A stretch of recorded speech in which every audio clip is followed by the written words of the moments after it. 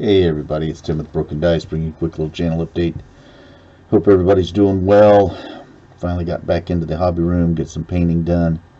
Some of you know that watch some of the stuff on the channel. I've been doing about battle report with my English Civil War stuff. I don't know, it does a couple of things. One, it lets me just put my stuff out on the table and see it in all its wondrous glory.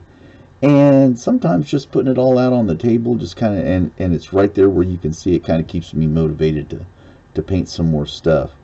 But that being said, I went out and I began working on another mortar crew.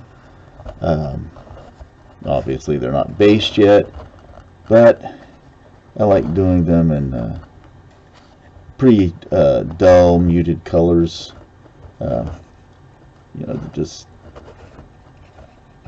that's kind of the this is kind of the way I paint these kind of guys. I just feel they should have that campaign look, that being out in the field look. And I've said this before, anybody's ever been in the military knows that once you've been out in the field, and it doesn't take very long for everything to start getting a little bit ratty and tore up and dirty. So that's that. So they're close to being based and flocked and have all that stuff put on there.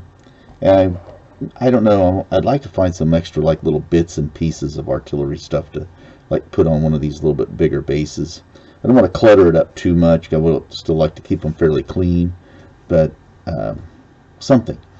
And here's something else that I was thinking. Okay, I had an opportunity to go outside and prime the other day, and this was before our last little cold streak, but I hadn't been able to get down and start painting until like today. So I was thinking, I really want to come up with a different way other than, having a metal rod and a hole and gluing them to a stick and having them stick up in the air like I normally do. So these cavalry guys, I was thinking to myself, I stumbled over my old hot glue gun, and I thought, hey, I can just make like a little platform.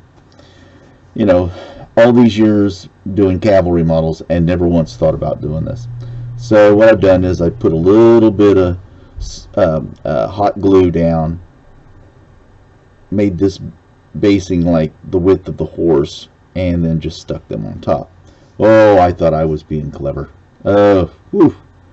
And it was so funny. Like 2 days later, I think I'm on the one of the Facebook pages that do pike and shot and that sort of thing, and one of the guy was showing his stuff, and he was talking about that somebody had asked a priming question, and so he showed this, and he says, yeah, and I've been doing this kind of thing for years.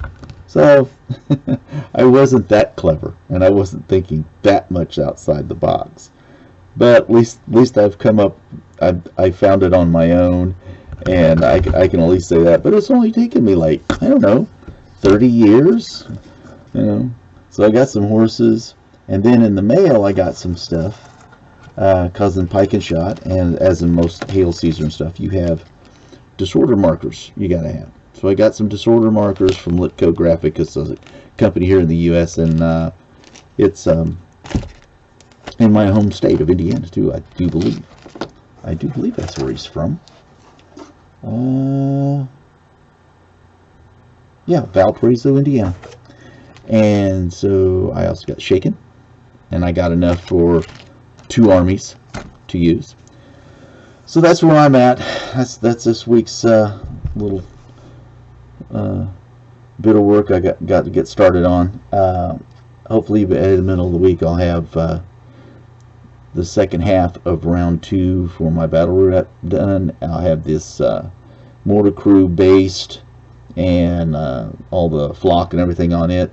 Hopefully I'll have some of these cavalry models done, and that'll be a good week. I wish everybody have a wonderful day, a wonderful rest of your weekend. If your work week is starting, I hope you have a good one. I will see you next time. Everyone stay safe, stay well, and hopefully I'll see you next week.